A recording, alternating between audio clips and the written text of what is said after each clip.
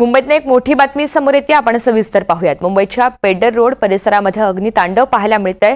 अग्निशमन दलाच्या 12 गाड्या घटनास्थळी दाखल झालेल्या आहेत। आगीवर सध्या नियंत्रण मिळवण्याचे शर्थीचे प्रयत्न सुरू आहेत। कपड्याच्या शोरूमला ही आग लागलेली आहे अशी प्राथमिक माहिती मिळते। तर मुंबईच्या पेडर रोड परिसरामध्ये अग्नितांडव निर्माण झालंय। अग्निशमन दलाच्या 12 गाड्या या घटनास्थळी पोहोचलेल्या आहेत। आग नेमकी कोणत्या कारणाने लागलेली आहे याची स्पष्टता झालेली नाही, मात्र आग विझवण्यासाठी शर्थीचे प्रयत्न सुरू आहेत। कपड्याच्या शोरूमला ही आग लागल्याची माहिती मिळते।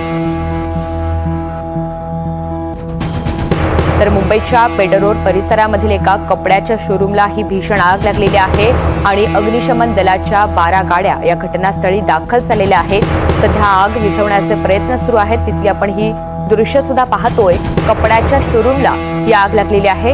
अग्निशमन दलाचे जवान सुद्धा या ठिकाणी पोहोचलेले आहेत। पारस दामा आपल्यासोबत आहेत, अधिकची माहिती जाणून घेऊयात। पारस, आग नेमकी कोणत्या कारणाने लागलेली आहे, काय अधिकचे अपडेट्स आहेत?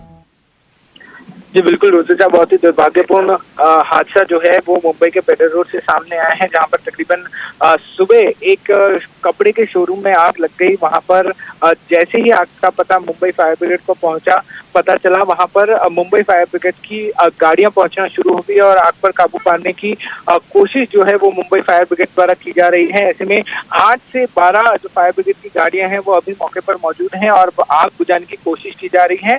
फायर ब्रिगेड अब ये पता लगाने की कोशिश कर रही है कि किस तरीके से जो है वो शोरूम में आग लगी, उसके पीछे क्या कारण था। कुछ ही देर में आधिकारिक तौर पर इसकी प्राथमिक जानकारी जो है वो पहुंचाई जाएगी कि शोरूम में आग किस तरह लगी थी। और अभी के लिए मुंबई फायर ब्रिगेड द्वारा लगातार कोशिश की जा रही है आग को बुझाने की। अगदी धन्यवाद सविस्तर माहितीसाठी। तर मंगल प्रभात लोढा हे सुद्धा घटनास्थळी दाखल झालेले आहेत। नेमकं त्या ठिकाणी काय घडलेलं आहे याची माहिती ते अधिकाऱ्यांकडून जाणून घेत आहेत। तर मुंबईच्या पेडर रोड परिसरामध्ये अग्नितांडव पाहायला मिळतंय। कपड्याच्या शोरूमला या ठिकाणी आग लागलेली आहे आणि आग विझवण्यासाठी शर्थीचे प्रयत्न सुरू आहेत।